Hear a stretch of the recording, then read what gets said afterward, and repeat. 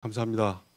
특히 오늘 발표가 또 이제 전체적으로 형사법이라든지 또 민사소송 체계라든지 이런 것과 관련해서 어떤 의미를 또 가지는지 또 이용우 전 의원께서 또 의미를 부여해 주셔서 더욱더 감사드립니다. 여기에 이제 제가 또 몇 가지 슬라이드를 통해서 제가 오늘 발표를 드리고요. 제가 이제 자료에는 좀 더 자세한 내용이 있습니다. 자료를 좀 보시면서 오늘 이제 충실임무 상법 개정이 갖는 의미와 상사 판례에 미칠 영향, 약간 법률적인 그런 부분이지만 좀 가급적 좀 딱딱하지 않게 좀 설명드리도록 하겠습니다. 네, 다 아시는 바와 같이 지난 2월 26일 날 법사위를 통과했습니다. 상법 개정안이. 다만 본회의 상정이 보류됐고요. 하지만 본회의 통과 가능성은 여전히 매우 높은 상황이고, 그래서 지금 이제 개정안의 의미와 내용 또 판례에 미칠 영향을 살펴볼 필요가 있다고 생각합니다.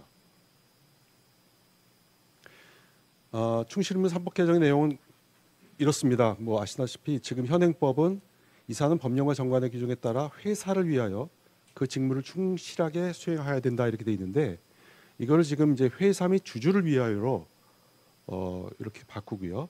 2항에 이사는 그 직무를 수행함에 있어 총 주주의 이익을 보호하여야 하고 전체 주주의 이익을 공평하게 대우하여야 한다 이렇게 한 것이 지금 이제 개정안이 되겠습니다. 제한 이유가 현행법은 이제 이렇게 돼 있지만 주주에 대한 충실 의무는 규정하지 않고 있으므로 이를 명문화해서 이사가 회사뿐만 아니라 총 주주의 이익을 보호하고 전체 주주의 이익을 공평하게 대우하도록 하려는 것이 이렇게 돼 있습니다. 근데 이제 이게 과연 이런 이번 상법 개정이 전체적인 회사법의 변청 과정에서의 의미를 찾아보는 게 굉장히 중요합니다.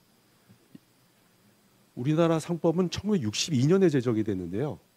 그 전에는 이제 독일법을 개수한 일본 상법을 의용하다가 상법을 제정하면서 미국 법에 있는 이제 영미법상의 이사회 제도나 수권 자본 제도를 도입하고 또 소수주주권을 도입해서 이렇게 우리나라 상법을 만들었죠. 그거는 이제 기본적으로 일본법도 1950년에 이제 미국 법을 많이 수용했어요. 왜냐하면 그때 뭐였죠? 일본이 미군정이었잖아요. 미군정 하에서 일본이 먼저 영미법을 개수를 했고 우리가 또 그거를 다시 해서 우리가 영미법상의 사실 회사법을 많이 가지게 된 겁니다. 그 뒤로 한 회사법 쪽으로만 한 12번 정도 주요한 개정이 있었는데 전체적인 개정을 두 가지 갈래요. 그냥 첫째는 기업의 운영의 탄력성과 자율성을 도모하기 위한 규제 완화입니다. 많은 이제 자유를 준 방향이고, 또 하나는 기업의 책임성과 투명성을 증진하기 위한 기업 지배구조 개선, 이 두 갈래로 요약될 수 있습니다. 그런데 지금까지 회사법 번천사를 보면 한마디로 저는 이렇게 생각합니다. 제가 이제 변호사 생활을 시작한 건 92년인데요. 그때는 이제 김현장 법률사무소에서 제가 회사법 관련된 업무를 했습니다. 저는 그때 가서 회사법이 작동이 안 되는구나 이런 생각이 들었습니다. 뭐 회사법에는 뭐 상법 배울 때는 우리가 배울 때는 이사회도 있고 뭐 주총도 있고 그랬는데 실제로 보니까 회사 의사결정이라는 게 이사회도 없고 사실은 그룹 차원에서 그냥 결정이 되면 다른 것들 뭐 그렇고 뭐 이 계열사에서 저 계열사로 상장 계열사끼리임에도 불구하고 아무런 대가 없이 보증을 하고 그래서 하는 것들이 이렇게 일어나는 걸 보면서 이 회사법이 작동이 안 된다는 생각을 했는데 그래서 저는 이제 제가 이제 97년에 이제 김현장을 그만두고 나와서 제가 이제 참여연대 소액주주 운동에 참여를 했는데 마침이 IMF가 일어나면서 있으면서 그때 이제 회사법 기업 지배구조 개선에 대한 욕구가 많이 되면서 98년도에 사실은 많은 개혁이 있었습니다. 그래서 소수주주권이 많이 또 도입 강화되고 했는데 한마디로 그 뒤를 제가 쭉 다시 이번에 반출을 해보니까 이 되로 주고 말로 받았구나. 우리가 조금 소수주주권 이렇게 막 힘들게 얻어냈잖아요. 근데 그보다 훨씬 많은 걸 퍼줬더라고요. 그래서 그러니까 기업 지배구조 개선을 위한 제도들은 굉장히 어렵게 도입했지만 현실적 제약으로 인해서 효과가 미미했지만 자율성을 확대하는 것은 대부분 즉각적인 효과를 발휘해서 활발하게 활용되고 악용까지 되더라. 지배권 이제 상속이나 이런 거에 이제 악용이 되더라. 이게 이제 제가 62년부터 한 2000년까지를 보면 이제 이 왼쪽은 주로 이제 규제 완화 쪽이고요. 오른쪽이 이제 기업 지배구조 개선인데요. 이제 대개 초반부에는 98년까지는 주로 이제 기업 지배구조 개선 쪽이 많이 있었습니다. 근데 이제 2001년 이후에 보면 주식의 포괄적 교환 이전, 자기 주식 취득 허용, 종류 주식의 다양화, 소수 주식의 강제 매수제도 도입, 이사의 책임 감경제도 도입, 교부금 합병, 삼각 합병 등 합병 방식의 자율화, 분할 합병 도입, 소규모 주식 교환 요건 완화, 간이한 영업 양도 도입, 이런 식으로 굉장히 이제 그 기업의 구조 조정과 여러 가지 이런 것들을 위한 한마디로 칼을 준 거죠, 기업들한테. 뭐 물론 이제 기업 지배구조 개선을 위한 약간의 저건 있었습니다. 제3자 배정 신주 발행 요건도 신설이 됐고, 전자투표제 도입, 사업기회 유용 금지, 이사 자기거래 승인 대상 확대, 다중대표 소송제도 도입, 이런 게 있었지만 아까 말씀드린 바와 같이 그 효과는 굉장히 다르더라. 왜 그렇게 기업 지배구조 상법 개정에 한계가 있었냐? 우선 이 기업 지배구조 개선을 위한 제도 개선은 재계의 반발에 의해서 반쪽짜리로 이루어지는 것이 일반적이고요. 이때 주로 말하는 것이 무분별한 소송으로 인한 이제 기업이 어려움을 겪는다. 외국 투기자 법원의 침입으로 한국 경제에 큰 타격이 예상된다. 이런 식의 실증적 근거가 없는 주장들이 계속 반복이 되고 있습니다. 또 뭐 상법 체계랑 안 맞는다. 뭐 이런 어떤 주장들이 근거 없는 사실과 다른 주장들이 제기되는 게 하여튼 뭐 유행가 가사처럼 계속 반복되고 있습니다. 또 실효성에 한계가 있는데 제도가 도입되어도 법원이 되게 소극적이더라고요. 주주대표 소송 제도가 62년에 도입되었지만 97년부터 첫 소송이 이제 있어서 24년간 불과 139건이 제기됐는데 이 중에서 사실은 상장사 주주대표 소송은 35건에 불과합니다.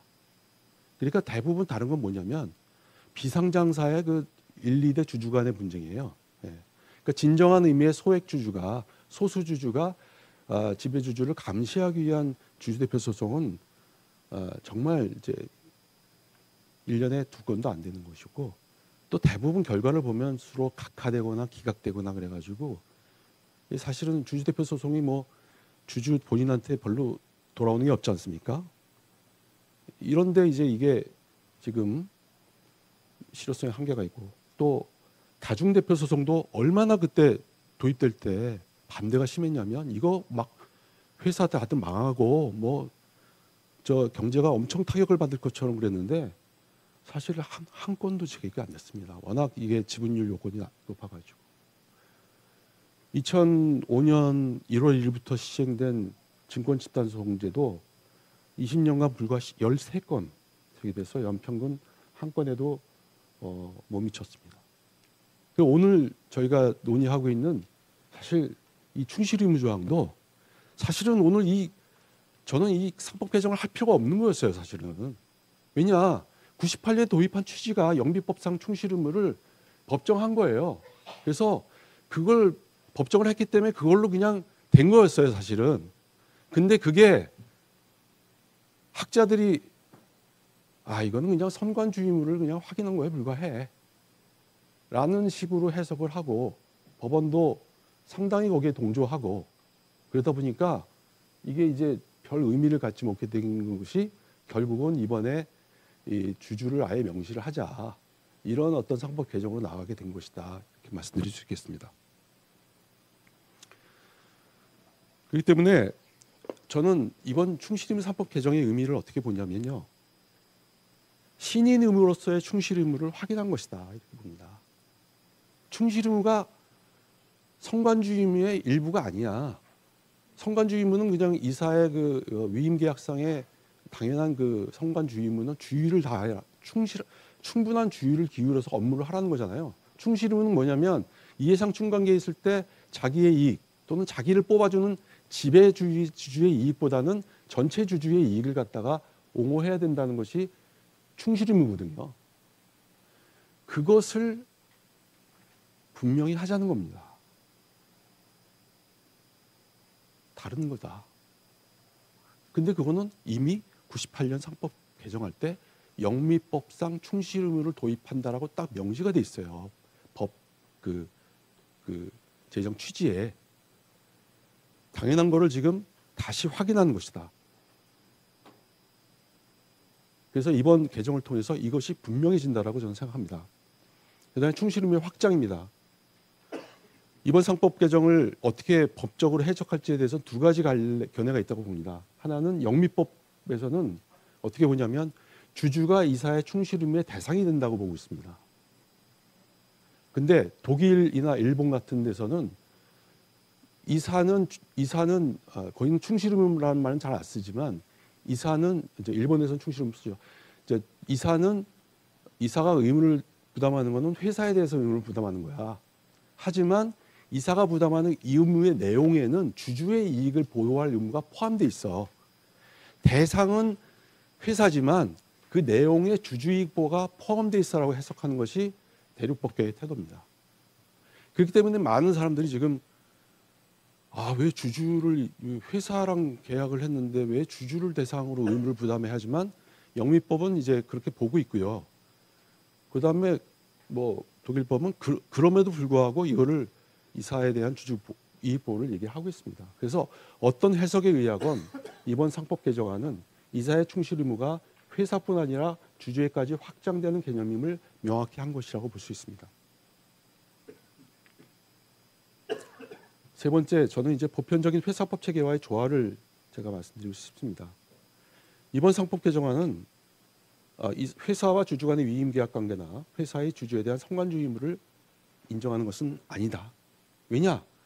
영미법상 충실 의무는 당사자 간의 명시적 계약에 의해 형성될 수도 있지만 당사자들의 행위에 의해서 형성되기도 하고 법에 의해서 부과될 수도 있으며 계약 관계를 이거는 이 신인 이 fiduciary duty라고 하는 것은 이거는 이제 계약에 따른 의무를 오히려 수정하거나 보충하는 성격을 가지고 있다라고 보거든요.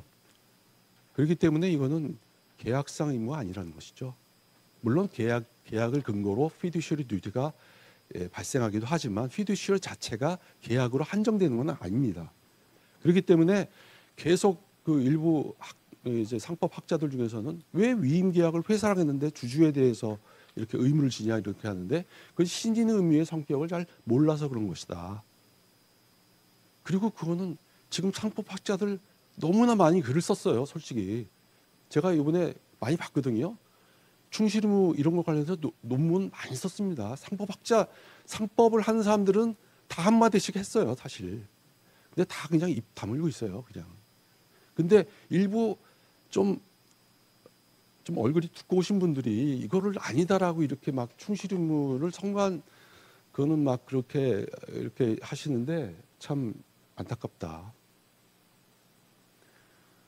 이번 상법 개정안이 상사 판례에 미칠 영향을 이제 저는 그래서 이제 몇 가지로 요약을 해봤습니다. 제가 이제 저도 소송을 해보고 또 여러 가지 이제 해보면서 이제 또 제가 판례 여기도 이제 좀 했지만 경영 판단에 있어서 당연히 주주의 이익을 고려하는 것이 너무나 당연하지 않습니까? 그래서 경영 판단할 때 뭐 우리 판례도요 종종 이런 얘기를 써요. 삼성 에버랜드 사건에서도 대법원이 이랬어요. 회사의 이사로서는 주주 배정의 방법으로 신주 발행을 하는 경우 주주 전체의 이익, 회사 자금 조달의 필요성, 급박성 등을 감안하여 경영 판단에 따라 자유로이 그 발행 조건을 정할 수 있다. 주주 배정의 경우에도 전체 주주들이 지금 돈이 하나도 없다. 어? 그러면 뭐 아무리 그래도 주주들의 어떤 자금 조달의 어떤 이익이나 이런 것들 감안해서 또 해야 되는 거 아니겠습니까? 그렇죠? 그러니까 이제 그런 것들 전체 주주의 이익을 고려해서 경영 판단을 해야 된다. 너무나 당연한 것이고요. 이런 것들을 판례도 우리나라도 언급을 하고 있는데 저는 이런 경영 판단에 있어서 전체 주주의 이익을 고려해야 된다는 경향이 좀 더 강화될 것이다 이렇게 봅니다. 기존에 없던 게 생긴 건 아니고 기존에도 그런 부분이 있지만 이것이 훨씬 더 강화될 것이다. 두 번째는 회사 기회 유용, 부당 내부 거래에 대한 감시 강화입니다. 회사 기회 유용이나 부당 내부 거래는 전형적인 이해상충 사안이기 때문에 경영 판단의 원칙이 아니라 이게 이제 성관주의 의무와 충실 의무의 가장 큰 차이가 뭐냐면 성관주의 의무는 그냥 주의를 다해야 된다는 거기 때문에 경영 판단의 원칙이 적용이 돼요. 그래서 그냥 충분한 주의를 기울였다면 결과가 설사 잘못되더라도 책임을 지지 않는다는 것이 경영 판단의 원칙이고, 충실 의무는 뭐냐면 이해상충이 있는 거예요. 이해상충이 있는 경우에는 경영 판단의 원칙은 적용이 안 되기 때문에 절차나 조건에 있어서 완전한 공정성을 담보해야 된다라는 원칙이 이제 영비법상 확립이 되어 있는 겁니다. Entire Fairness 룰이라고 합니다. 그래서 다르기 때문에 이 심사 기준이 다른 거예요. 그렇기 때문에 회사 기회 이용이나 부당 내부 거래의 경우에는 훨씬 더 엄격하게 요구를 하는 거죠. 그래서 우리나라 그 회사 기회 이용 관련된 이제 조항에도 그 뭐 조건이 공정해야 된다 그런 내용이 들어간 거거든요. 근데 우리나라 지금 판례가 이게 구분이 잘 안 돼서 회사 기회 이용이나 내부 거래에도 부당 내부 거래에도 경영 판단의 원칙을 적용하는 듯한 판시들이 많이 나오고 있어요. 근데 이런 것들이 좀 바뀌어야 돼요. 저는 이번 상법 개정이 되면 이런 것들이 좀 바뀔 것이다 이렇게 생각합니다. 기대합니다. 세 번째는 자본 거래에 대한 심사 강화입니다. 이게 제일 또 중요한 부분 중에 하나인데요. 합병, 분할, 주식 교환, 신주 발행, 이게 가장 이제 또 이해상충이 높고 주로 지배주주가 이제 소수주주 간 이해상충이 많은 경우인데, 이런 경우에도 결과적으로 굉장히 이게 지금 이제 삼성물산 같은 경우에도 이제 합병 금지가 하처분 기각됐죠. 사실은 뭐 합병 무효 소송 기각됐죠. 지금 형사 됐죠. 물론 이제 손해배상 청구 소송 하나 남아 있는데, 지금 이제 그 판결이나 이런 걸 보면 주주의 그 어떤 이것이 이제 주주한테 충분한 또 어떤 이해상충 상황에서 전체 주주의 이익을 고려했느냐에 대한 고려는 없이 굉장히 형식적인 판단을 이제 하고 있어서, 근데 지금 미국은 1982년도인가에 와인버거 판결이 나오면서 그때 이제 보면은 이제 이사들 대주주가 있었어요. 거기도 대주주 측 이사들이 이제 미리 이제 어떤 회사를 100% 자회사로 만들기 위해서 약간 캐시아웃 합병, 교부금 합병 비슷하게 캐시아웃 머저를 하기 위해서 주식을 얼마에 이제 사야 되냐, 소주주 주식을 결국 얼마에 사들이냐 이랬는데, 자기들이 보기에 이제 내부 검토를 해보니까 24불까지는 회사의 이익이다, 자기들한테 이익이다, 이렇게 딱 내부 검토를 끝냈어요. 근데 그 당시 주가가 14불이었어요. 그리고 그 전에 21불로 공개 매수를 했었는데 그때도 많은 사람들이 응모를 해가지고 이제 충분한 공개 매수에 성공했거든요. 그러니까 이 사람들이 21불로 결정을 한 거예요. 그러면서 그 21불을 정당화하기 위해서 리만 브라더스한테 급조한 이제 그 주식 평가를 받아서 21불을 했어요. 다 그 MOM, 거기는 또 델라웨이니까 MOM 그 소수주주의 그 과반수를 절차를 다 밟았어요. 그렇게 해서 했는데 법원에서 이거는 니들이 24불까지 이게 해도 가능하다라는 그 내부 정보를 사회이사들을 비롯한 주주들한테, 소주주들한테 얘기를 안 했지 않냐. 그 너희들이 충분한 정보를 공개하지 않고 한 그 주총 결의, 이사의 결의이기 때문에 이거는 피듀시리 듀티 위반이다, 충실 의무 위반이다 이렇게 나온 거예요. 지금 삼성물산도 뭐 다 이게 승계 구도 하에서 이렇게 됐다는 문건들이 엄청나게 있지만 법원에서는 그것 가지고는 뭐 지금 뭐 합병이 뭐 이게 배임이 아니다 뭐 또는 이렇게 나왔지만 지금 와인버거 1982년도에 나온 와인버거 판결에 따르면 이거는 뭐 빼도 박도 못하는 거예요. 피듀시리 듀티 위반인 거예요. 왜냐하면 그런 것들이 뭐 국민연금을 비롯한 어떤 주주한테도 공개된 적이 없거든요. 그러니까 이제 이런 것들이 1982년에 나온 와인버거 판결이 결국은 미국의 자본시장에 이 부흥을 이끌었다는 거예요. 그때부터 이렇게 미국의 자본시장에서 이렇게 소수주주들도 이렇게 대우를 하고 공정하게 대우를 하면서 주가가 제대로 인정을 받고 시장이 공정하게 되면서 엄청난 이제 붐을 이루게 된 거예요. 그게 지금 1982년이면 지금 언제입니까? 지금 40년 전인데 지금 40년인데 우리가 지금 이거 가지고 지금 이렇게 지금 저 논쟁을 한다는 게 참 좀 안타깝다는 생각이 듭니다. 또 소수주주 축출에 대한 견제인데요.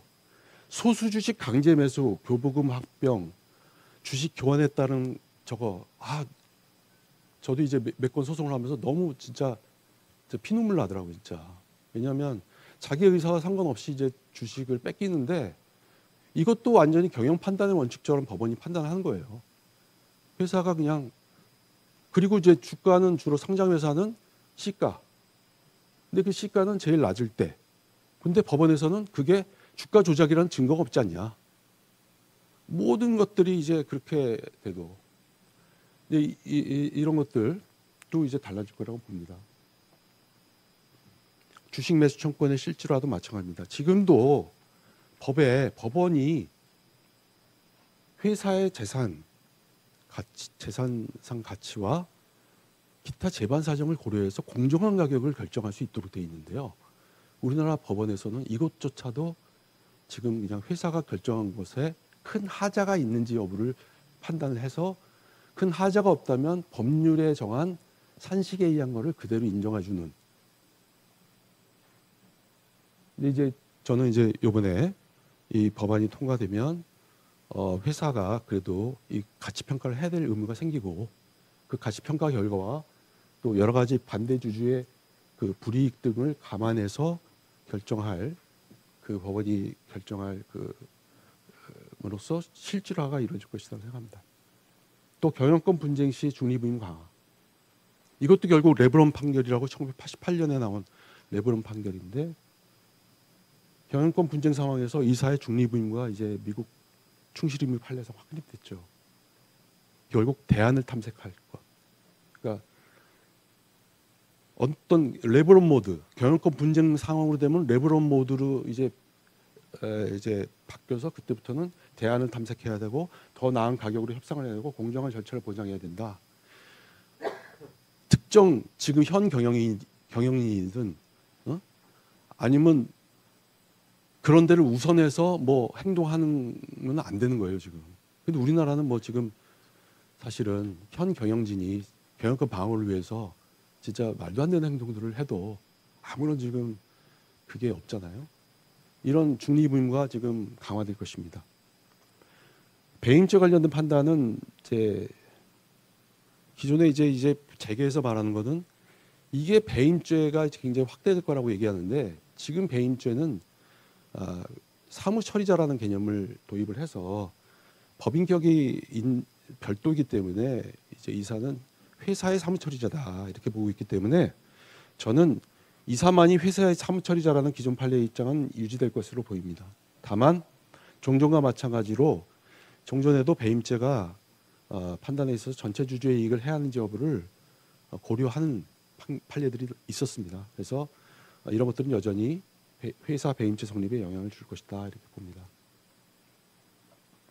결론적으로 저는 이제 충실의무상법 개정은 영미법상 충실의무로서의 의미를 재확인해서 이제 주주 권익 보호 강화로 갈 것이고 이거는 정말 경영권을 보호하는 법이 아니라 기업의 혁신을 촉진하고 공정한 지배구조를 이제 이렇게 만드는 그런 상법으로 이제 거듭나는 굉장히 작은 이제 문구의 차이지만 상법으로 거듭나는 계기가 될 것이다 이렇게 생각합니다.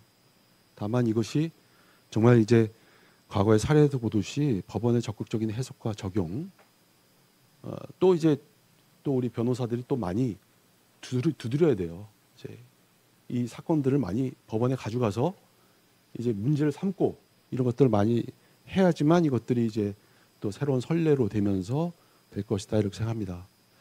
이 자료에는 제가 송홍률 교수가 지난 1월 15일 날 법사위 공청회에서 했던 의견 요지를 제가 이렇게 좀 발췌해서 나눴는데 굉장히 평이하게 그냥 썼어요. 사실 저도 송홍률 교수랑 같은 생각인데 뭐냐면 저도 사실은 이걸 주주라는 걸 명시해야 되나 예전에 그렇게 생각했어요. 근데 이번에 해보니까 이걸 하는 거에 대해서 굉장히 저항이 심하고 이걸 안 하면 정말 전 세계에 우리나라가 우리나라는 주주의 이익을 이사가 고려 안 해도 된다라는 것을 천명하는 효과가 되니까 정말 큰일 나겠다는 생각이 들어서 그리고 판례를 이렇게 쭉 일관해 보니까 이게 진짜 되면은 그래도 판례가 좀 바뀌겠구나 의미가 있겠구나. 그래서 저도 굉장히 개정 운동에 저도 굉장히 좀 제가 적극성을 띠게 됐습니다. 오늘 토론을 우리 김주영 대표님께서 너무 좋은 발제를 해주셔서 거기에 이제 보충하는 패널 토론을 해보겠습니다. 김주영 대표님께서 내주신 그 자료 전체 자료집에 보면은 우리가 지금 도입하려고 하는 fiduciary duty 또는 이제 우리가 한국에서는 그걸 duty of loyalty라고 부르는데 아주 좁은 의미로 쓰면은 duty of loyalty라고 충실 의무라고 부르기도 하고 크게는 fiduciary duty라고 부르기도 합니다. 그래서 우리가 보통 이제 fiduciary duty라고 하는 신인 의무는 영미법상의 개념이고 그 영미법상의 신인 의무는 단순한 위임 계약, 어떤 사무를 위탁하는 단순한 위임 계약을 넘어서는 독특한 발생 원인과 내용이 있다라고 하는 판례법이 영미에서 영국에서부터 시작해서 요즘 특히 이제 미국에서 델러웨어주 대법원이 개발을 했는데요. 그 두 가지는 다른 의무다. 선관 의무와 신인 의무. 제가 지금 신인 의무라고 말씀드릴 때는 duty of loyalty와 같은 의미의 신인 의무라고 생각하시면 되겠습니다. 그래서 이 두 가지는 다른 의무다, 본질적으로 다르다라고 하는. 그래서 우리나라 상법에서 이질서가 동질설이 있는데 영미법에서는 선관 의무와 신인 의무 내지 충실 의무는 이질서를 따르고 있는 거예요. 어떻게 다르냐? 먼저 요걸 먼저 이제 종합해서 요걸 설명을 드리고 요거를 좀 더 정확하게 설명한 판례가 이 시드 테크니컬러라는 이 판례거든요. 이게 와인버거 요피 판례와 비슷한 판례인데 이것도 캐시압 머저를 한 판례거든요. 근데 요 판례에서 좀 더 정확하게 신인 의무의 발생 원인, 발생 근거를 판시를 해서 다시 한번 설명드리겠습니다만은 먼저 종합적으로 우리 김주영 대표님의 내용 발제해 주신 내용을 요약을 하면 이렇게 됩니다. 모든 주주가 가치 손실을 보는 경우 어떤 이사가 경영을 잘못해서 회사에 손실이 나거나 주가가 급락했거나 이렇게 해서 주주에게 손실이 발생했을 때 모든 주주가 같이 손실을 보는 경우가 있고 그 잘못된 경영 행위로 말미암아서 소수 주주는 손실을 입고 지배주주는 이익을 얻는 경우가 있어요. 이 두 가지 사례는 전혀 다른 케이스다라고 하는 것이 영미법의 개념이에요. 그래서 첫 번째 모든 주주가 같이 손실을 보는 경우는 그러면 주주가 이사를 상대로 소송을 할 수 있는데 원고와 피고는 모두 주주가 이사에 대한 소송으로서 다 똑같습니다. 오른쪽 왼쪽이 다 똑같아요. 그런데 소송 유형이 왼쪽, 즉 모든 주주가 같이 손실을 보는 경우는 주주 대표 소송만 할 수 있어요. 주주는 회사를 대신해서 공익권을 행사한다 이렇게 되는 거예요. 이때는 일반적으로 회사에도 손실이 발생합니다. 그래서 그 회사의 손실을 주주가 대신해서 이사로부터 배상받는 구조가 되고, 그래서 이것은 주주 대표 소송이 되고, 이거는 영미법도 똑같아요. 이게 이 개념이, 이 구조, 이 프레임워크가 영미법상의 개념입니다. 그러면 그 배상을 누가 받느냐? 회사가 받아요. 이사로부터, 나쁜 짓 한 이사로부터 회사가 배상을 받습니다. 이때 적용되는 의무가 선관 의무예요. 우리가 보통 이야기하는 이제 상법에 있는 뭐 선관 의무. 그리고 이 선관 의무에는 경영 판단의 원칙이라는 것이 적용돼요. 즉 과실에 의한 선관 의무 위반, 그리고 그로 말미암아 발생하는 손해배상에 대해서는 이사에게 면책을 시킬 수 있다라고 하는 것이 경영 판단의 원칙이에요. 그래야지 이 고도로 위험한 사업을 하는 이사들에게 그 어느 정도 재량을 부여해야지 혁신적인 사업을 할 수 있으니까요. 그래서 경영 판단의 원칙이 적용되는 영역에서는 입증 책임을 원고가 집니다. 주주가. 그래서 주주가 그 이사가 경영 판단의 원칙을 넘어서서 고의 중과실이 있었다는 점을 입증해야 돼요. 그래서 굉장히 어렵습니다. 거의 이기기 어려워요. 그냥 여기 들어가면 못 이긴다 이렇게 생각하시면 돼요. 그리고 승소 확률이 굉장히 낮고, 승소를 하더라도 보통 그 매니지먼트 앤 오피서 인슈어런스라고 경영 보험이라는 걸로 또 커버가 됩니다. 그래서 모든 주주가 같이 손실을 보는 경우에는 이사는 사실 책임이 없어요. 책임을 면할 수 있어요. 그런데 오른쪽 이해상충이 있는 거래에서는 완전히 다르다라고 하는 것이 영미법상 개념이고, 우리의 대법원은 오른쪽의 사례에 대해서는 사실상 지금까지 거의 통제하지 않았어요. 그래서 오른쪽에서는 그 나쁜 거래 행위, 그 나쁜 경영 행위로 소수 주주는 손실을 입고, 그 손실이 지배주주로 이전하는 거예요. 이전. 그래서 부의 이전이 나타나는 겁니다. 이거는 그냥 그 판단 미스에서 일어나는 일이 아니라는 거예요. 이거는 아주 고도로 계획적이고 사기적인 행위다. 이런 경우는 일반적으로 회사 자체에는 손실이 없기 때문에 주주가 개인을 상대로 주주에게 손해배상을 하라고 소송을 제기하게 됩니다. 그래서 일반적으로 회사의 손실이 없고, 이때는 배상을 주주가 받고, 이때 적용되는 의무가 duty of loyalty 또는 fiduciary duty라는 거예요. 이때는 경영 판단의 원칙이 적용되지 않습니다. 왜냐하면은 경영 판단의 원칙은 과실인 경우에 적용되거든요. 근데 이해 충돌인 경우는 고의 중과실이 추정됩니다. 왜냐하면 이거는 마치 이제 혈중 알코올 농도가 면허 취소가 되는 혈중 0.1%거든요. 0.1%는 소주를 2병을 마셔야 됩니다. 소주 2병을 마시는 동안 그게 알코올인 줄 몰랐다라고 하는 소리 똑같은 거예요. 그 정도로 고도로 계획적이고 의식적인 행위가 있어야지 이해상충 거래를 할 수 있어요. 예를 들어서 삼성물산하고 제일모직하고 화병 비로 외국해가지고 장장 10년 동안, 그 넘어가면 에버랜드 1996년도 에버랜드 전원 사채부터 시작해가지고 장장 20년 동안 계속 이 거래를 준비하고 계획하고 팀 짜고 온갖 뭐 회계법, 로펌 다 이용해가지고 어마어마한 계획을 짜야지 이런 걸 할 수 있는 거예요. 그냥 착각했어요. 이렇게 할 수 있는 게 아니에요. 이해상충 거래가 있었다?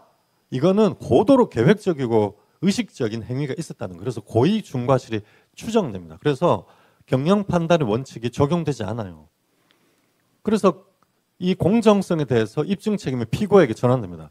당신이 이것이 공정하다는 것을 입증해라.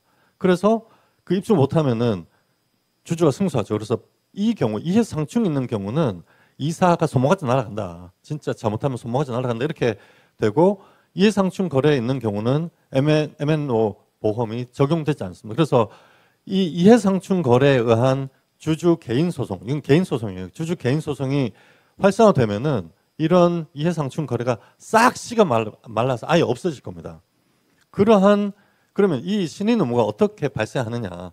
이 시드 앤 시드 테크니컬러라는 이 소송에서 요 위에 있는 derivative 액션이 이제 공익권에 근거한 것으로 derivative 액션이 주주 대표 소송입니다. 주주 대표 소송이 있는 경우는 회사의 재산이 파괴된 경우, 회사에 손실이 있는 경우는 원칙적으로 위에 주주 대표 소송을 제기하고 밑에 non-derivative 또는 direct action, 주주 직접 소송, 주주 개인 소송은 그렇지 않은 경우, 요 위에 보시면 이제 a breach of an individual shareholders membership contract.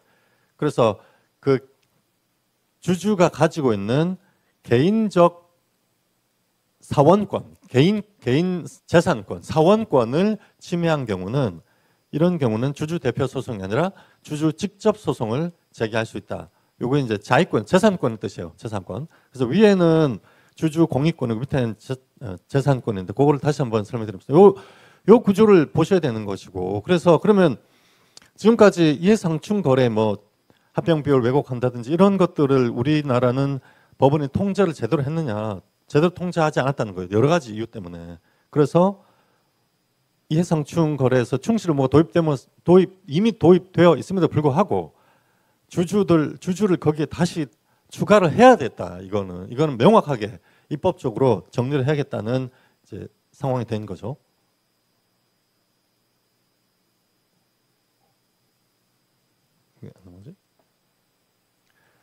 그래서 이제 신인 의무의 발생 근거가 뭐냐라는 것이 여러 가지 논의가 있는데, 이 위에 방금 말씀드린 그 판례는 출자 계약, 투자 계약에 의해서 발생하는 거다. 그래서 신인 의무는 라고 보고 있습니다. 여러 가지 논의가 있지만 하나의 이제 입론이죠. 그러면 투자를 하면은 이제 신주 인수 계약을 해서 출자를 하고 주주가 되면은 두 가지 권리가 생겨요. 하나는 자의권, 하나는 공익권이라고 하는 건데, 자의권은 재산권을 말하는 거예요. 배당 청구권, 신주 인수권 등등의 돈을 받는 권리고, 공익권은 뭐냐면은 의결권, 뭐 주주 대표 소송, 주주 제한권 등등의 이 재산권을 보호하기 위한, 회사가 제대로 굴러가도록 하기 위한 회사 통제권이에요. 이걸 공익권이라고 하고 자의권이라고 하는데, 주주가 되면은 출자 계약을 하면은 이 자의권과 공익권 두 가지를 모두 다 부여받게 됩니다. 그러면 주주 간 이해 충돌이 없는 경우, 이런 경우는 주주 대표 소송을 하는 것이고 공익권을 행사하는 거고, 주주 간 이해 충돌이 있는 경우는 주주 개인 소송이고 자의권을 보호하는 거예요. 자의권이 뭐냐면 배당 청구권, 신주인수권 이런 것들을 말하는 거거든요. 그럼 지금 우리나라 소송에서는 예를 들어서 이제 공익권, 자의권이 모두 침해되는 경우, 즉 회사에도 재산상 손실이 발생하고 주주에게도 신주 인수권과 또는 배당 청구권 같은 재산권이 침해가 되는, 동시에 침해가 되는 사례들이 여러 가지가 있는데, 현금 교부 축출 또는 중복 상장, 이 두 가지 경우는 공익권과 자의권이 모두 다 침해가 됩니다. 그 중에서도 지금 이제 중복 상장이 계속 문제가 되고 있어서, 중복 상장은 공익권이 뭐냐면 의결권을 말하는 거거든요. 통제권, 의결권. 그런데 중복 상장을 하면은 예를 들어서 100% 자회사로 있던 회사가 상장이 되잖아요. 그러면 어떻게 되느냐면은 상장 회사는 100% 비상장 있는 경우보다 훨씬 더 강력한 이사회 독립성 원칙이 적용됩니다. 이건 모든 나라에 다 공통된 거예요. 미국에도 상장 규정에 이사회 독립성이라는 섹션이 따로 있어요. 그래서 이사회의 독립성이 상장 요건이 되고 실질 심사 요건이 되고, 이사회 독립성이 파괴되면은 상장 폐지 사유가 됩니다. 우리나라는 상장 요건에 이게 제대로 들어가 있지 않아서 문제가 있지만 훨씬 엄격하게 요구되기 때문에 모회사의 지배력이 훼손돼요. 또 모회사 주주의 지배력 또는 의결권이 훼손된다. 이것은 그 모회사 전체의 지배력이 훼손되는 거기 때문에 공익권이 훼손되는 거죠. 그런데 지배주주는 자기가 이사회를 지배하고 있기 때문에 상장된 그 상장회사의 이사회에 대해서 지배력을 유지할 수 있어요. 그러면 모회사의 주주는 지배력을 상실하고 지배주주는 지배력을 유지하기 때문에 여기서 이해충돌이 발생한다는 거예요. 그래서 중복 상장의 경우는 최악의 경우 공익권도 행사할 수 있고 자익권도 행사할 수 있다. 회사에도 손실이 발생하고 주주 개인, 모회사 주주 개인적인 권리도 침해가 되는 이런 최악의 경우다. 그래서 중복 상장이 싫으면은 뭐 팔고 나가라 이런 소리 하면 안 되는 거죠. 자, 그러면 우리나라 상법에서 만약에 주주의 자익권이 침해됐을 때, 그러니까 회사에는 손실이 없는데 주주에게는 배당 청구권의 신주인수권 같은 자익권이 침해됐을 때 어떻게 이걸 규율을 하고 있느냐. 이미 충실 의무가 입법이 돼 있고, 그리고 401조에 의해서도 401조가 이사는 제3자에 대해서 손해배상을 한다라고 규정이 있어요. 그러면 주주가 제3자라고 본다면은 그 주주의 이사의 경영행위, 나쁜 경영행위로 주주의 개인법적 재산권, 배당 청구권, 신주인수권 등등이 침해가 되었다면은 401조에서 당연히 소송이 가능하다고 해석을 해야 됩니다. 그런데 우리나라 대법원이 401조가 적용되는 영역을 굉장히 협소하게 해석하고 있어. 예를 들어서 허위 공시한 경우라든지 직접적으로 어떤 경영으로 그 주가가 다이렉트로 움직이게 되는, 그러니까 경영을 잘못해서 주주 간의 밸류에이션, 주주 가치의 공정 가치가 훼손되고 회사의 재산에는 영향을 미치지 않지만 주주 간의 합병비라든지 주주 간의 지분율을 훼손하게 되는 이런 경우에는 401조 적용되지 않는다고 하고 있어요. 그래서 이제 이런 입법으로 이걸 해결해야 한다라는 논의가 이제 된 거. 저는 이제 입법이 되면은 401조에 의했을 때 자본거래에 의한 개인법적 재산권적 침해에 대해서도 401조가 적용이 돼야 된다라고 보고 있습니다. 그리고 이제 경영 위축이 된다고 하니까 제가 이제 한 말씀 드리고 싶은데, 경영 판단 원칙이 적용돼야 한다는 것이 재계의 주장이시거든요. 그런데 그래서 이제 충실 의무가 도입되면은 경영 판단 원칙이 배제가 되기 때문에 401조에 의해서 손해배상 책임이 발생한다. 그러니까 원래는 지금은 손해배상 책임이 없는데 입법이 되면은 손해배상 책임이 발생한다라고 말씀하시는데 완전히 잘못 말씀하시는 거고, 원래 경영 판단의 원칙은 선관 의무 위반에서도 고의 중과실에서는 적용되지 않습니다. 이렇게 주장하는 사람은 없어요. 선관 의무 위반에서도 고의 중과실의 경우도 경영 판단의 원칙을 적용한다는 학자는 전 세계 한 명도 없습니다. 이래 있을 수가 없어. 내가 고의적으로 회사 재산을 망가뜨려 가지고 주주에게 피해를 입혀야지, 이렇게 생각하는 이사에게 어떻게 책임을 안 묻겠습니까? 그런 일은 없어요. 따라서 그런데 401조는 이미 우리나라 401조는 고의 중과실을 요건으로 하고 있어요. 따라서 충실 의무가 도입이 되고 401조가 적용된다 하더라도 경영 판단 원칙과는 겹치지 않습니다. 따라서 충실 의무가 도입된다고 하여 경영 판단 원칙이 더 위축되진 않는다. 남은 문제는 그러면 고의 중과실을 요건으로 하지 않는 750조, 민법 750조 일반 불법 행위에 의한 손해배상 책임이 가능하냐라는 문제가 생기는데, 거기에 대해서는 우리 천준범 부의장님께서 말씀을 해주시겠습니다. 네, 여기까지 하겠습니다. 너무 쉽게 잘 설명해 주셨고요. 여러분들 그 자료 보면 제가 이제 어제 논평을 썼는데, 하도 우리 경제단체 여기 뭐 와 계신 분 계신지 모르겠습니다. 근데 제가 그래서 삼성전자, 저도 이제 이사회를 6군데를 해봤는데 충실 의무 적용되는 경우가 없어요, 실제. 그래서 제가 삼성전자와 현대차의 작년 2023년 1월부터 작년 6월까지 공시된 자료를 다 봐서 삼성전자는 18개월 동안 44개의 의안을 처리했는데 이사회가 충실 의무 적용 대상 딱 한 건입니다. 딱 한 건, 44개 중에. 현대차는 50개 의안 중에 3개. 근데 그것들도 실제 우리나라 공정거래법상 그렇게 얘기를 한 거지 복잡하고 어려운 충실 의무 안건이 아닙니다. 그래서 실제 이사가 충실 의무를 적용해서 내가 엄청난 리걸 리스크가 있어서 고민을 해야 되는 상황은 정상적인 기업은 거의 없다고 생각하시면 되고, 물론 이제 M&A를 하거나 뭐 자본거래를 할 때는 있겠지만, 뭐 어떤 기업이냐, 두산, 고려하연 이런데 이제 이사들은 엄청나게 충실 의무 상황에 직면하지만 일상적인 정상적인 경영을 하는 기업들의 이사들은 그런 상황에 거의 놓이지 않는다. 그래서 엄청난 지금 뭐 그 남소 우려 뭐 이런 것들은 전혀 사실이 아니다. 우리가 항상 팩트로 정확하게 얘기를 해야 되지 않습니까? 이제 그 말씀을 드리겠습니다. 네, 좀 길어졌네요, 우리 천주범 변호사. 네, 안녕하세요. 천주범 변호사입니다. 앞에서 이제 김주영 대표님께서 참 너무 소중한 자료를 만들어 주셔가지고 저도 오랜만에 정리를 하면서 정말 많이 배웠고 또 김규식 변호사님도 너무 이론적으로 잘 정리해 주신 것 같습니다. 아까 그 김규식 변호사님 써주신 그 이 표는 정말 모두가 다 사진을 찍으셔야 될 것 같아요. 이 교과서처럼 이렇게 정리를 잘 해주신 경우가 없어가지고 네, 완벽합니다. 아주 이걸로 다 보시면 될 것 같은데 이제 오늘 아무래도 법적인 얘기다 보니까 추상적이고 조금 실무적으로 어떻게 돌아가는 거냐 도대체 그러면은 그런 게 좀 와닿지 않으실 것 같아가지고 저는 이제 실무적으로 앞으로 어떻게 될 거냐라는 그냥 시나리오 같이 세 가지 정도를 그냥 준비를 해봤습니다. PPT는 따로 준비를 못했는데요. 말씀으로 드리겠습니다. 이제 대표적으로 보면은 이제 합병을 많이 드십니다. 불공정 합병에 대해서 주주가 어떻게 다투게 되느냐. 근데 지금은 뭐 삼성물산건에서도 많이 나왔지만은 불공정 합병에 대해서 주주가 법적으로 다투려면은 이 이사회가 보통 합병 결정을 합니다. 그리고 공시가 아마 뜨겠죠.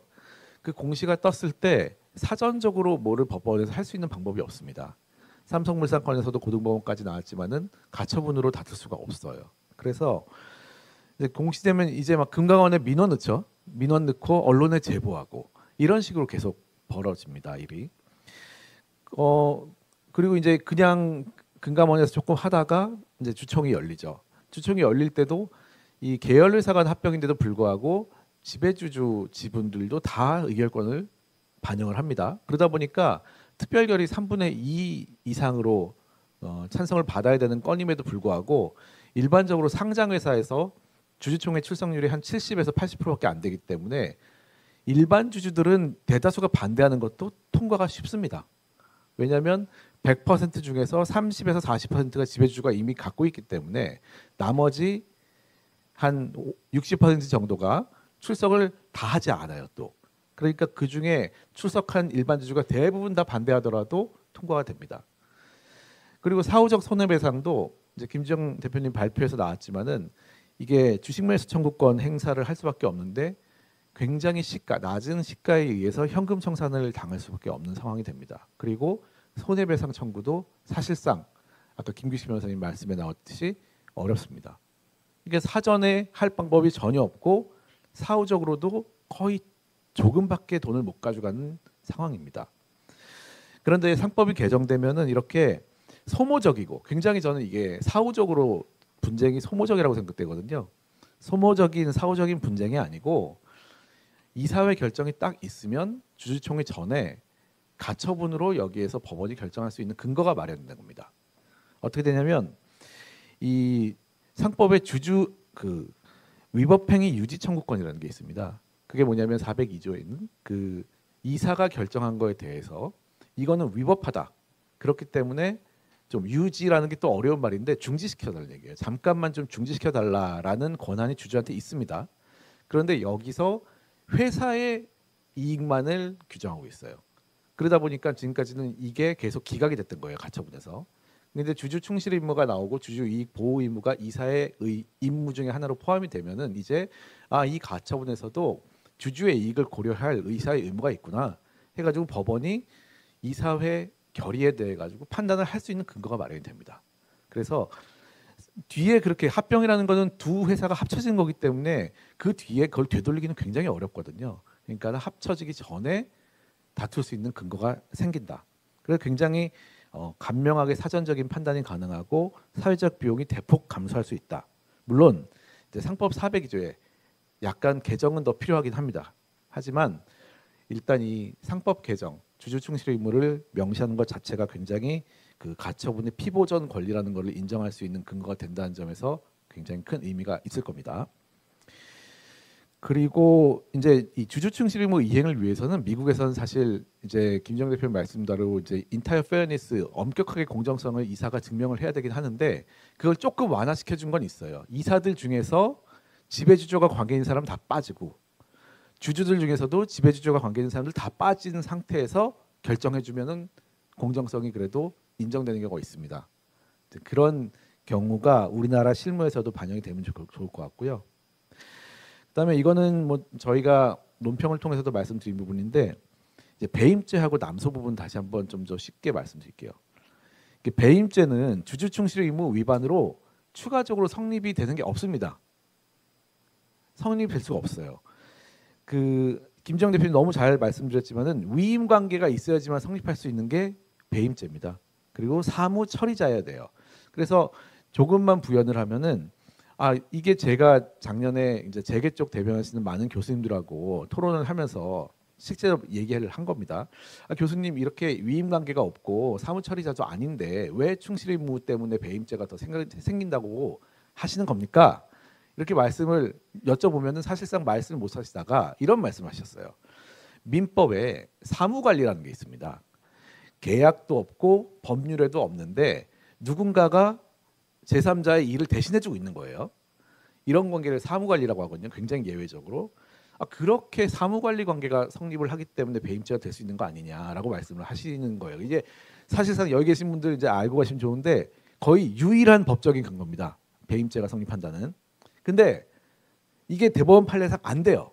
대법원 판례에서 인정하는 배임죄의 근거인 위임 사무처리자라는 거는 본질적인 계약의 급부 내용이 사무를 일정한 권한을 가지고 맡아 처리하는 경우에 해당하여야 성립한다라는 대법원 2019도 9759 요거를 적어주세요. 대법원 2019도 9759 전원 합의체 판결입니다. 이거에 의해 가지고 사무관리로는 성립하지 않아요. 확실하게. 그러니까 더 이상의 배임죄가 확대된다는 주장은 법적인 근거가 전혀 없습니다. 또 남소 얘기도 이제 좀 한번 드리고 싶은데요. 이건 뒤에 김규식 변호사님 쓰신 것 같은데, 네, 뭐 남소. 아까 조금 말씀하시면 이제 상법 401조라는 게 제3자인 주주가 이사에 대해서 소송을 제기할 수 있는 근거입니다. 직접 이사에 대해서. 근데 이게 고의 또는 중과실이에요. 중과실 좀 말이 어려운데 그냥 고의라고 보시면 됩니다. 거의 고의에 가까운 것만 중과실로 인정이 되기 때문에 일부러 한 경우에만 이사가 책임을 집니다. 그래서 이것도 또 여쭤봤습니다. 교수님한테. 아니 그 권 교수 교수님 그 고의 중과실인데 이게 어떻게 남소가 성립이 됩니까? 이게 어떻게 인용이 됩니까? 하니까 이게 민법상 750조에 일반 불법행위가 있거든요. 이사가 충실 의무를 지게 되면 위법성 그거를 위반하게 되면은 법령 위반이 됩니다. 그래서 그 법령 위반으로 주주의 손해가 발생한 걸 인과관계만 입증하면은 민법상의 불법행위 책임 손해배상이 되는 거 아니냐 이렇게 물어보세요. 그래서 저는 좀 깜짝 놀라서 그런 케이스가 있었습니까 교수님? 그러니까 말씀 못 하시는데 제가 열심히 찾아봤습니다. 물론 그게 이제 이론적으로는 병존한다고는 해요. 근데 750조 상법상 중과실 고의 중과실이 인정이 안 되는데 민법상의 경과실이 인정돼 가지고 제3자가 손해배상에서 이긴 적이 있나? 정말 어제 하루 종일 찾았는데 하나도 없었습니다. 없어요. 있을 수가 없는 거예요. 그거는. 그래서 현실적으로 거의 불가능한 일인데 만약에 정말 그게 걱정이 된다면 상법 401조에 민법 750조 일반 불법행위 책임을 배제한다 써놓으면 됩니다. 제가 그 말씀 드렸어요. 그럼 교수님 그 배제한다고 쓰면 되잖아요. 그러니까 그거는 상법 체계에 어긋난다. 그러니까 이제 끝까지 가면은 결국 체계 얘기밖에 안 나오는 거예요. 그래서 이게 뭐 근거가 없는 게 아닙니다. 이게 되게 쉬운 게 공무원들이 일을 잘못해가지고 어떤 손해를 끼쳤습니다. 그런 경우에 기본적으로 국민은 공무원한테 직접 손해배상 청구하는 게 아닙니다. 국가배상 청구를 합니다. 그런데 가끔은 이 국가가 공무원한테까지도 책임을 묻는 경우가 있어요. 그거는 고의 중과실일 때만 그래요. 과실인 경우에는 국가가 책임지고 중과실 고의일 때는 공무원이 개인적 책임집니다. 굉장히 비슷하죠. 이사가 고의 중과실일 때 책임을 지는 게 원칙인 겁니다. 개인적으로는. 네, 그래서 경과실은 배제하는 게 현실적으로 가능하고 또 법리적으로도 맞습니다. 그래서 실무적으로 굉장히 상법 개정이 되면은 합병 같은 이해 충돌 거래. 또 마지막으로 말씀드리면 이해 충돌이라는 거를 굉장히 오해하시는 경우가 많더라고요. 저한테도 많은 질문이 요즘 옵니다. 많은 회사들에서 상법 개정되니까 이제 지배주주 회장님들께서 검토 지시를 하는 거예요. 지금 법무팀한테. 이게 개정되면 도대체 어떻게 되는 거냐 하는데 인터넷에 있는 자료가 너무 오염이 많이 돼 있습니다. 지금. 그래가지고 이게 되면은 뭐 되게 뭐가 되는 것처럼 보고를 하시면서 저한테도 여쭤보는데 하나만은 이해 충돌이라는 거는 이 주주 사이의 의견이 다른 게 아닙니다. 주주 사이의 의견이 다른 게 아니고 이 결정을 했을 때 의견이 다른 것 중에서 하나의 결정을 했을 때 모든 주주가 똑같이 이기거나 똑같이 손해가 되면은 이해 충돌이 아닙니다. 이 결정을 했을 때 어떤 주주만 더 좋거나 어떤 주주가 더 나빠지면은 그게 이해 충돌인 거거든요. 예, 그것만 정확하게 또 이해하고 가시면 좋을 것 같습니다. 감사합니다. 예, 안녕하세요. 페트라의 이찬영입니다. 그러니까 금요일인데도 불구하고 4시 반에도 불구하고 이게 참석해 주시고 내용을 잘 듣고 관심을 가져주셔서 감사드리고요. 오늘 뭐 제가 준비한 자료는 좀 영어 자료이긴 한데 그거보다도 제가 이제 그림 위주로 할 건데 지금 핵심은 뭐냐면 아까 우리 김 대표님이 설명 여러 번 하셨지만 실제로 외국에서는 피듀셔리 듀리라고 하면 듀티 오브 로열티가 당연히 들어있는 거고 우리도 아까 해석에 따라서는 있다고 보이는데 없다고 자꾸 하니까 듀티 오브 로열티 그러니까 충실 의무를 이번에 명시하고 못 박자 하는 것이 이제 저희 상법 개정의 핵심이라고 볼 수 있습니다. 그 자세한 내용은 뭐 앞에서 설명이 됐으니까 넘어가고요. 그러면 이게 어떻게 우리 투자자 아니면 우리 국민들한테 이 영향을 미치고 있느냐 이게 뭐 아까 법적 논리도 좋지만 이게 무슨 의미냐 나한테는 어떤 영향을 주느냐가 궁금하잖아요. 그래서 이게 꼭 저번 우리 다 알고 있는 것처럼 뭐 어떤 합병 비율을 막 이상하게 하고 뭐 대주주가 유리하고 하고 뭐 대놓고 하는 거 말고도 우리가 현실에서 보면은 그 잘 안 느끼면서도 이런 피해가 일어나고 있는 것을 있기 때문에 제가 한번 설명을 몇 개 드리려고 하는데요. 이제 최근에 뭐 TA 항공 타보신 분들 많을 텐데 좋아하는 저가항공인데 최근에 이제 뉴스를 보면은 그 예린당 이 나성훈 씨 일가가 이 회사를 경영권을 그 소노 우리 그 콘도 체인이죠 거기 소노 인터내셔널 매각을 하는데 이게 상장 주식이란 말이에요. 그때 가격이 약 한 뭐 700원 내외에서 계속 거래되다가 딱 발표를 했는데 얼마로 발표했냐면 700원 주식 갖다가 무려 7배 4,000원 거의 5,000원에 육박하는 가격으로 사겠다고 하니까 이 가격을 이제 46% 계산하면 2,500억이에요. 근데 시가총액은 당연히 뭐 훨씬 못 미치는 금액이고요. 근데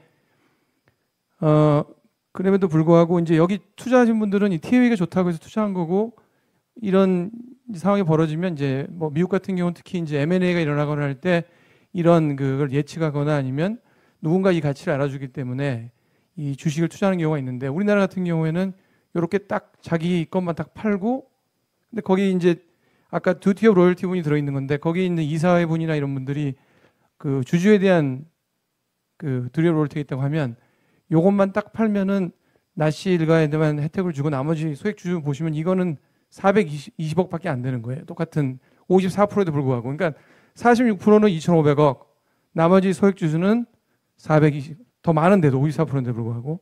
그래서 이런 상황이 벌어진 게 비일비재라고요. 그래서 이제 약간 상법 개정에 이제 듀티 오브 로열티가 되면 이제 이사회는 이론적으로 이런 좋은 조건으로 팔게 되면 특정 주주만이 아니라 다른 모든 주주들한테 똑같은 조건을 하게 되면 결과적으로 어떻게 될 거 같냐면 이제 뭐 예측이지만 뭐 7배가 아니라 뭐 한 5배를 모든 주주들이 날아가는 그런 트랜잭션이 일어나면 모든 주주가 다 혜택을 보는 거죠. 그래서 이런 경우가 굉장히 많이 일어나고 그래서 그 외국 사람들이 볼 때는 특이하다는 거예요. 왜냐하면 이거를 이런 거래가 일어날 때 왜 특정 주주만 저런 이익을 보는데도 왜 법적으로 책임을 못 물게 하고 왜 다른 사람들은 가만히 있냐. 그래서 뭐 이거 보시면 소액 주주는 요 조금 아까 여기서 600원에서 690원에서 약간 올라갔다가 다시 내려왔는데 그 구간만 먹을 수 있는 거죠. 그러니까 이게 참 뭐 우리 그래서 이제 코리아 디스카운트가 많이 나오는 거고요. 그다음 거는 한번 넘어보겠습니다. 그다음 이거는 이제 어저께 나온 뉴스인데 이게 진짜 상법 개정한다고 하고 뭐 이런데 불구하고 이런 분들이 아이 너 이거 싫으면은 우리 주식 사지 마. 그 말을 대놓고 하는 거예요. 이건 실은 어떻게 보면은 그 아까 뭐 얼굴 두꺼운 분 얘기를 했는데 이런 분위기에도 이렇게 말하니까 시장에서는 어떻게 했냐면은 그날 여기 LS 일렉트릭 12%, LS 10%, LS 에코니 쭉쭉쭉 주가 떨어지면서 합해 보니까 한 6,500억 정도가 증발한 거예요. 이게 뭐냐면 이미 주주들, 우리 이제 투자자들도 국내 뭐 기관, 개인 다 해서 이런 내용을 이제 많이 알고 있기 때문에 아 이런 사람이 하는 회사는 사면 안 되겠구나, 피해겠구나 하는 게 갑자기 인식이 되면서 저렇게 주가가 이제 폭락을 한 거고. 근데 이걸 가만히 보면 이제 LS가 재밌는 데인데 저기 보면 저기 블루 색깔로 저기 이제 파랗게 된 게 LS 그룹에 상장돼 있는 회사들이에요. LS, LS 일렉트릭, LS 에코에너지, 가온전선. 그리고 요 빨갛게 이렇게 점선돼 있는 거는 쪼개 상장을 하겠다는 것들이에요. 그러니까 이미 이 LS 그룹은 쪼개 상장을 벌써 여러 번 했고 또 앞으로 이걸 하겠다고 하니까 이거 진짜 어떻게 보면 우리가 잘 아는 LG 캠, LG 화학 케이스나 두산 케이스보다 또 카카오 우리 의원님도 계시죠. 카카오도 실은 그래서 회사는 좋은 게 많은데 인기가 없는 거거든요. 주가의 측면에서는. 그래서 이렇게 어떻게 저희 회원분 중에 우리 이제 토론방 같은 데인데 이런 얘기를 하시더라고요. 우리가 애플이라는 회사가 있는데 오늘 회사 애플에 지금 이제 스티브 잡스가 아니고 이제 팀 쿡이 이제 내일은 애플 뮤직을 따로 상장시키고 그 다음 주에는 애플 스토어를 또 쪼개내고 그 다음에 석 달 후에는 그러면 이제 컴퓨터 애플 맥북을 따로 쪼개고 그 다음에는 더 나아가서 예? 아이튠즈도 하고 애플 페이도 따로 하고 이게 되면은 주주 입장에서는 내가 지금 애플 주식을 갖고 있을 때는 그 좋은 회사들을 다 누리고 있는 건데 주주로서 쪼개지면 어느 순간 뭐 비율에 따라 틀리지만 애플페이는 어느 순간에는 반은 남한테 뺏기는 거고 뭐 아이튠즈는 예를 들어서 3분의 2 날아가고 이렇게 하니까 카카오가 예를 들어서 좋은 기업들 많이 갖고 있는데 불구하고 그런 좋은 그 회사의 그 밸류가 우리 처음에 카카오 주식을 들고 있던 분한테는 전달이 안 되거나 아니면 이제 그 피해를 보는 게 되는 거죠. 그래서 뭐 발표를 어저께 하셨는데 특이하게도 어저께 하셨는데 이걸 보면 진짜 상법 개정이 필요하구나 이렇게까지 지금도 대놓고 말씀하신 분들이 있는 걸 보면은 이게 어떻게 보면 우리 주주들을 무시하거나 아니면 이제 전체 이런 공정성에 대해서는 아무 생각이 없구나 하는 생각이 들었습니다. 그래서 슬픈 생각이 들었고요. 이거는 이제 뭐 이게 도리어 로열티면서 섞여 있는 내용인데 이거는 뭐 이것도 딱 보면은 아주 오비어스하진 않은데요. 이 네이버 이사회가 지금 뭐 최 사장님도 계시고 또 어떤 그 CFO 유명한 분도 계시는데 실은 이상하게 이사회를 하는 거를 보면 어떤 느낌을 받냐면 특정 이사회가 그 CEO나 CFO의 의지 움직이기보다는 저기 나오신 분의 의지를 반영하고 있다는 생각이 많이 들어요. 왜냐하면 예를 들어서 저기 보시면 이제 포슈마크라고 미국 회사 인수한 적이 있는데 이게 상장사입니다. 그런데 이제 여러 가지 볼 때 이제 뭐 아까 말대로 그 결정에 대해서는 두리업 로열티 부분이 아니라 두리업 케어기 때문에 좀 그거에 대해서는 뭐 시비를 안 할 수도 있지만 법적으로 아까 근데 큰 그림을 보면은 피듀시들위해서 저 회사를 인수할 게 우리 주주들에게 도움이 됐을까? 네이버 주주들한테. 그걸 보시면 주가가 확 내려가잖아요. 그러면 이제 일단 시장에서는 별로로 판단을 한 거고 이게 특이하게도 저 회사를 살 때는 포시마크는 지금 상장 회사였는데 주가가 별로 안 좋았어요. 저 보시면 그림이 나와 있는데 근데 이거를 15% 프리미엄을 주고 한 1.5주 정도에 샀는데 이게 미국이다 보니까 이 네이버 분들이 살 때는 100%를 산 거예요. 그래서 프리미엄이 15% 프리미엄을 주고 모든 주주들이 그러니까 포시마크에 예를 들어서 물려있던 분들도 이거 어떻게 되지 하는데 네이버 나타나서 딱 사겠다 그러니까 미국 법상은 포시마크 이사회나 보드 멤버들이 이거는 뭐 어떤 미스터 킴은 얼마 아니면 미스터 리, 미스터 스미스 경영진이나 대주주 지배주주 위주로 하는 게 아니라 똑같은 조건을 하니까 결국은 이제 뭐 네이버 입장에서는 비싸게 샀다고 볼 수 있지만 결과적으로는 이 혜택을 이제 셀링에 대한 혜택은 모든 포시마크 주주들이 누린 거죠. 그다음에 좀 시간이 틀린 다음에 이 이제 웹툰이 좀 굉장히 좀 괜찮았잖아요. 그때 이제 분위기가 근데 그거를 이제 상장을 하는데 이제 이거를 미국에 상장을 합니다. 그래서 뭐 이게 뭐 미국에 상장을 하든 한국에 상장하든 쪼개기는 맞거든요. 근데 어쨌든 미국에 상장하는 걸로 이제 어떻게 보면은 좀 우리가 해외로 나가겠다 약간 물타기 식으로 좀 한 것 같아요. 왜냐면 워낙 저기 쪼갠다 그러면은 사람들이 막 거부감을 일으키는. 그래도 불구하고 또 주가 빠졌죠. 물론 이제 한국에 있었으면 더 빠졌을지 모르겠어요. 근데 그러고 나서 이거 이제 다른 얘기인데 이 회사가 실은 뭐 처음에는 주가가 좋았다가 지금 보면 주가가 굉장히 폭락했습니다. 그런데 그 이유는 또 다른 얘기인데 그 미국에 상장하다 보니까 미국 룰을 따라야 되잖아요. 그 미국에서는 지금 어떤 움직임이 나냐면 이거 그 SEC에 보고할 때 처음에 증권신고서 할 때 이걸 부풀렸다. 이 내용이 웹툰의 비즈니스의 비전이라든지 기타 그 내용을 좀 속였다기보다는 약간 불충분한 정보를 줬다고 해서 소송을 지금 일어나려고 하는 거예요. 이사를 대상으로.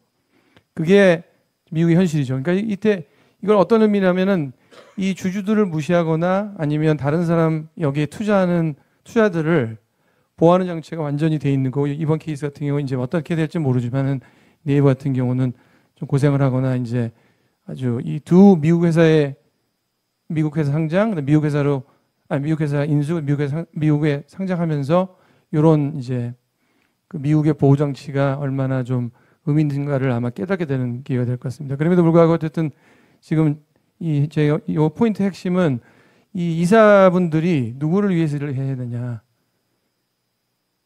그러니까 이걸 어떤 느끼는 이걸 볼 때마다 느끼는 게 우리나라에는 역시 기업에도 좀 비선이 있는 거 아니냐. 이거 굉장히 좀 마음 아픈 현실입니다. 그다음 이건 이제 좀 그래도 긍정적인 케이스를 저희가 이제 하나 보자면 이제 메리스 뭐 다 아는 회사지만 이게 그 불과 이제 2020년에 하고 지금 주가를 비교해 보면 거의 이제 10배 이상 올랐는데요.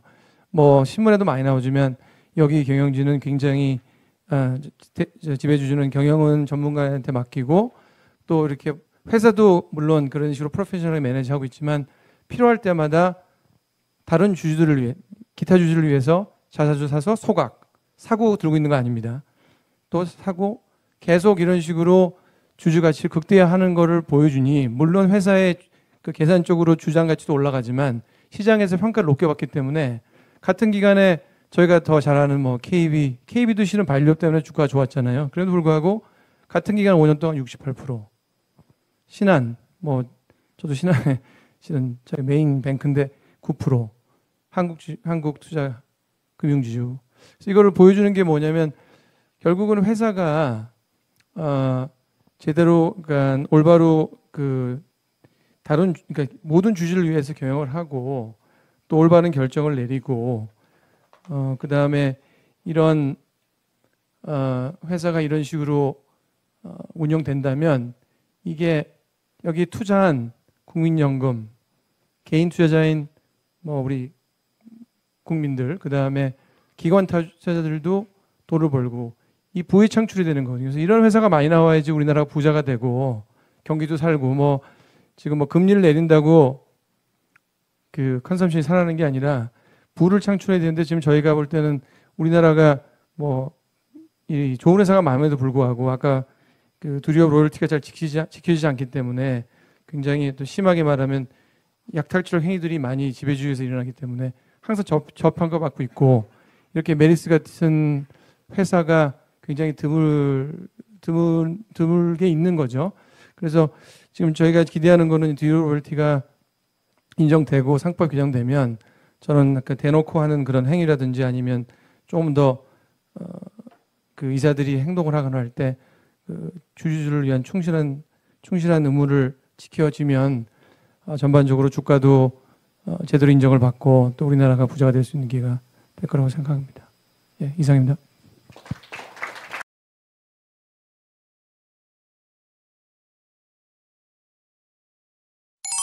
안녕하세요. 저 연합인포맥스 기자 김학성이라고 합니다. 저는 구체적인 사안 하나를 좀 여쭙고 싶은데 그 경영권 분쟁 상황에서 그 현 이사회가 그 지배주주의 좀 우호적인 다른 주주의 자사주를 처분해서 경영권 분쟁에 대응하는 경우가 있잖아요. 그 상법에 주주 충실 의무가 도입되면 이런 행위도 그러면 할 수 없게 되는 건지 이 구체적인 케이스가 좀 궁금합니다. 근데 우리나라가 지금 그 판례가 엇갈리는데 옛날에 대림통상 사건이라고 해가지고 자사주를 처분했는데 서부지법에서 그거를 이제 경영권 분쟁 상황에서 이제 지배주주를 위해서 자사주를 처분했기 때문에 무효다라고 이제 봐가지고 가처분을 이제 내렸나 그랬어요. 근데 그거는 이제 항소심까지 갔는데 거기서 뭔가 합의가 됐는지 그때 이제 취하가 돼가지고 이제 대법원까지 가지는 않았는데 그것이 이제 상당히 그때는 의미 있는 그 자사주를 경영권 분쟁 상황에서 처분했을 때 결국은 그때 충실 의무 조항이 없었음에도 불구하고 이제 회사의 자산을 그렇게 경영권 분쟁 상황에서 특정 주주한테 이렇게 파는 거는 그거는 이제 무효다 이렇게 이제 본 건데요. 근데 이제 삼성물산 같은 케이스에서는 또 그것도 문제가 없다 이렇게 했어요. 우리나라 판례가요 왔다 갔다 합니다. 근데 중요한 건 뭐냐면 삼성이나 이런 데가 끼면은 이상한 판례들이 나와요. 네. 그러니까 참 그게 그런데 사실은 자사주 이게 바로 그 자사주 처분 이런 거 할 때 바로 이제 정확하게 그 충실 의무가 굉장히 중요하게 작용하는 거기 때문에 지금 이게 명문화 된다. 이번에 이제 이게 되면은 상당히 영향을 미칠 것이다. 저는 그렇게 생각합니다. 네. 그 이제 제가 이해하기로는 경영권 분쟁 상황에서 이제 신주 발행하고 자사주 처분이 두 가지가 있을 수 있는데 신주 발행 같은 경우에는 이제 판례상 안 되는 걸로 확립이 돼 있습니다.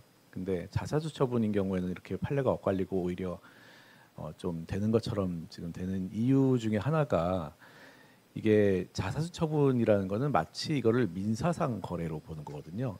상법상의 신주 발행이라고 보질 않고 민사상 거래로 봐가지고 약간 다르게 보려는 경향이 있는 걸로 저는 이해를 하고 있는데 이제 충실 의무가 들어온다면은 이제 그런 게 무슨 회사법상의 행위인지 민사거래인지 관계없이 어쨌든 회사 재산을 모든 주주에게 공평하게 보호를 해야 되기 때문에 아마도 상당한 영향이 있을 거라고 봅니다. 예, 개인 투자자 김남훈이라고 합니다. 오늘 세미나 재밌게 잘 듣고 있는데요. 제가 궁금한 거는 상법이 개정이 됐을 때 이제 이걸 주주들이 문제를 삼을 수 있는가를 여쭤보고 싶은데 얼마 전에 보니까 감독당국에서 우리나라 상장회사 중에 자사주를 많이 가지고 있는 몇몇 회사들의 자사주를 조금 이제 뭐 주주 가치 증대를 위해서 할 수 있도록 과도한 자사주에 대한 그 공시 의무를 이제 검토하고 있다라는 사례를 본 적이 있습니다. 예를 들어서 뭐 일정 부분 이상 자사주를 가지고 있는 회사에 대해서 그 자사주를 보유하고 있는 이유와 그리고 그 자사주를 어떻게 그 이제 사용할 것인지를 공시 의무화를 계획하겠다라는 건데 저는 얼핏 이런 생각이 들더라고요. 이게 어떻게 보면은 관치 아닌가 이런 생각도 드는데 다른 나라에서는 이런 회사의 자사주를 너네들이 많이 가지고 있고 미국 같은 경우는 뭐 자사주 자체가 매입하자마자 소각하는 걸로 알고 있는데 이게 과연 정의로운 건지 아니면은 그게 정의롭지 않다 그러면은 법제화하는 게 맞지 않나 소각 자체를 의무화하도록 그런 생각이 들고 그리고 우리나라가 ROE가 떨어지는 가장 큰 문제 중에 하나는 기업들이 과도한 현금을 많이 가지고 있다고 생각을 하거든요.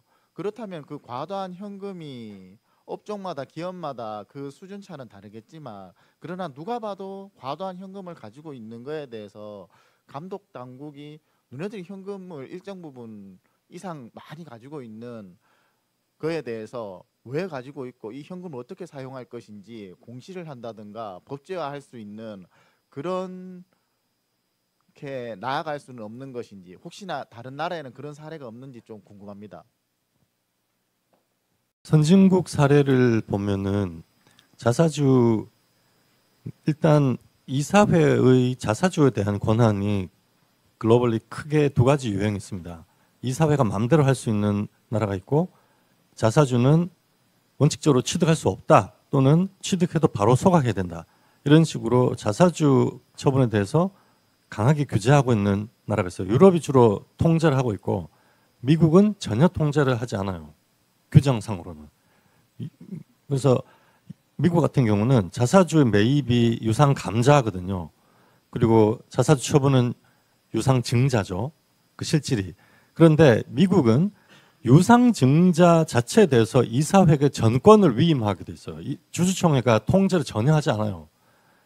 그래서 그 자사주 또는 유상증자 행위 또는 자본 거래가 사후적으로 주주 이익을 침해했을 경우는 듀티 오브 로열티 또는 피듀셔리 듀티로 소송을 해서 통제를 하죠.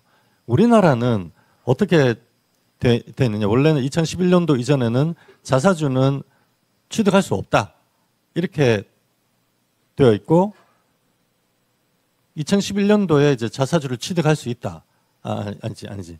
2011년도까지는 자사주를 취득할 수 특정한 목적에 취득할 수 있대 바로 소각해야 돼요. 소각 목적으로만 취득할 수 있다 이렇게 돼 있었어요.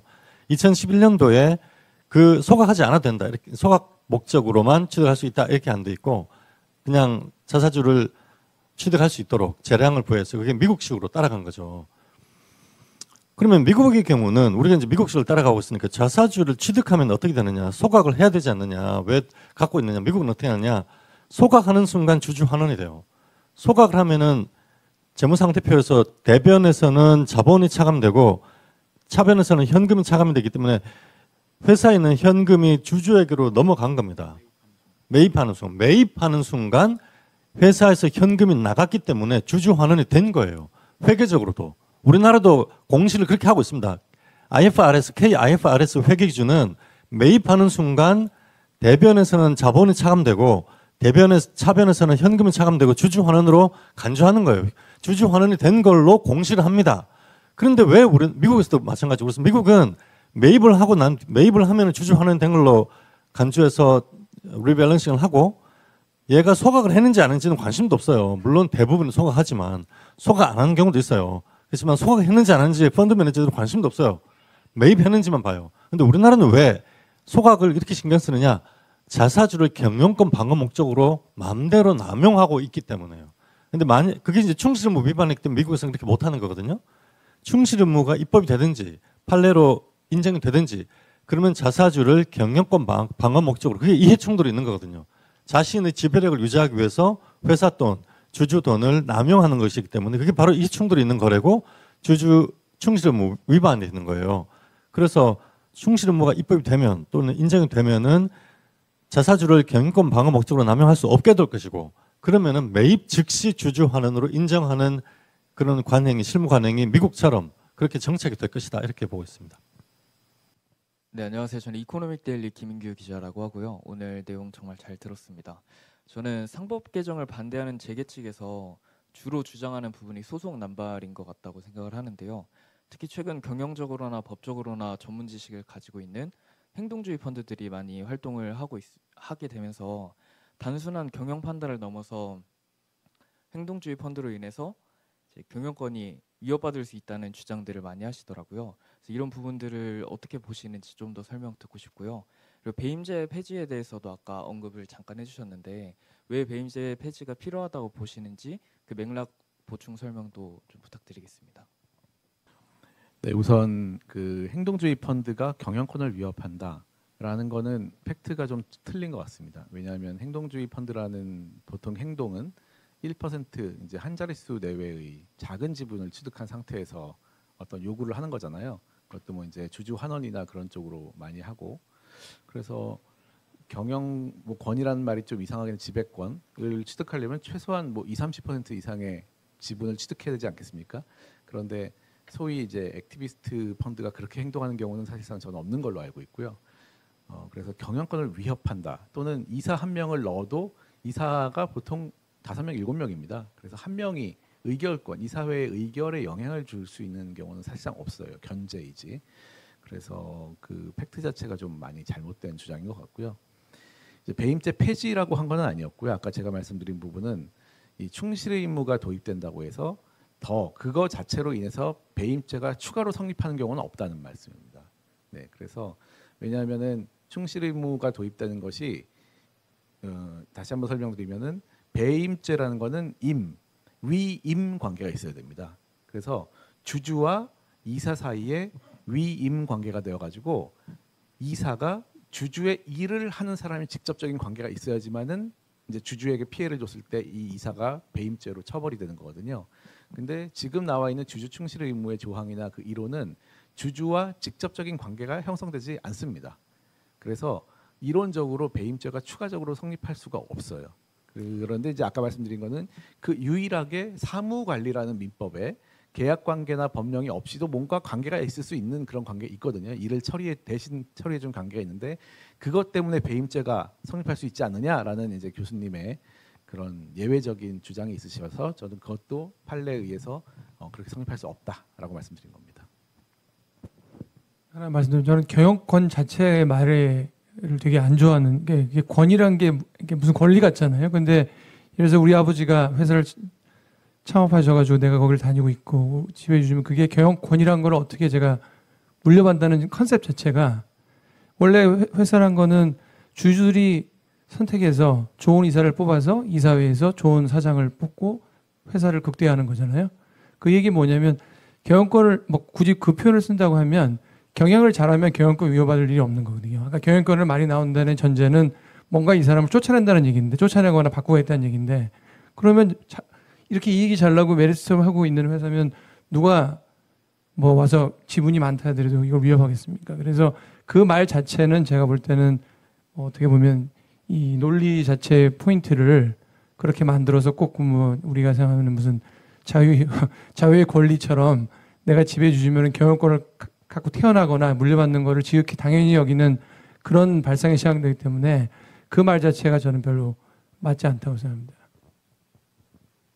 우리 기자님이 그런 질문할 줄 알고 우리 액티비스트 회원들은 아무도 안 왔네요. 이렇게 보시면 됩니다. 펀드는 그게 행동주의자건 액티브 펀드건 사모 펀드건 가치 중립적이다. 선도 아니고 악도 아니고 그냥 돈을 버는 게 목적이다. 아까 이제 저희 여기 자료 보면 16페이지에 서울대 법전원의 송홍정 교수님 오늘 안 계신다 이런 계속 인용이 되는데 제일 그 권위자세요. 마지막 불릿을 보면 그 상법 개정으로 국내외 행동주의 펀드의 위협에 휘둘리기 더 쉬워질 수 있다. 이런 이제 재계의 논리에 대해서 하지만 행동주의 펀드가 단기 실적주의를 추구한 결과 회사의 수익성이 장기적으로 악화되었다는 주장은 실증적으로 지지되지 않음. 무엇보다 우리나라에 그런 사례가 없다. 그러니까 행동주의자는 아까 우리 천준보험 부회장이 얘기하신 것처럼 1, 2%를 갖고 기업이 워낙 좋은 회사인데 저평가되니까 타겟이 됩니다. 근데 경영진과 이사의 책무는 회사의 밸류를 높이는 거예요. 밸류를 안 높였기 때문에 타겟이 되는 거예요. 그래서 우리 미국의 M7이 행동주의자가 근처에도 훨씬 안 하죠. 그 이유는 이사회랑 경영진이 밸류를 높이는 최대한의 노력을 해서 페어 밸류에 가 있는데 우리는 회장님 선물 만들고 뭐 그러다 보니까 주가가 빠져서 엄청나게 펀드멘털하게 저평가돼 있으니까 행동주의자가 타겟을 하는 거에서 본인이 그 문제를 일으킨 거고 그것에 대한 해결책은 회사의 밸류가 페어 밸류에 가도록 노력을 하는 게 경영진과 이사의 책무입니다. 그건 교과서적인 설명이고 전 세계에서 모든 투자가들이 그렇게 생각을 합니다. 예.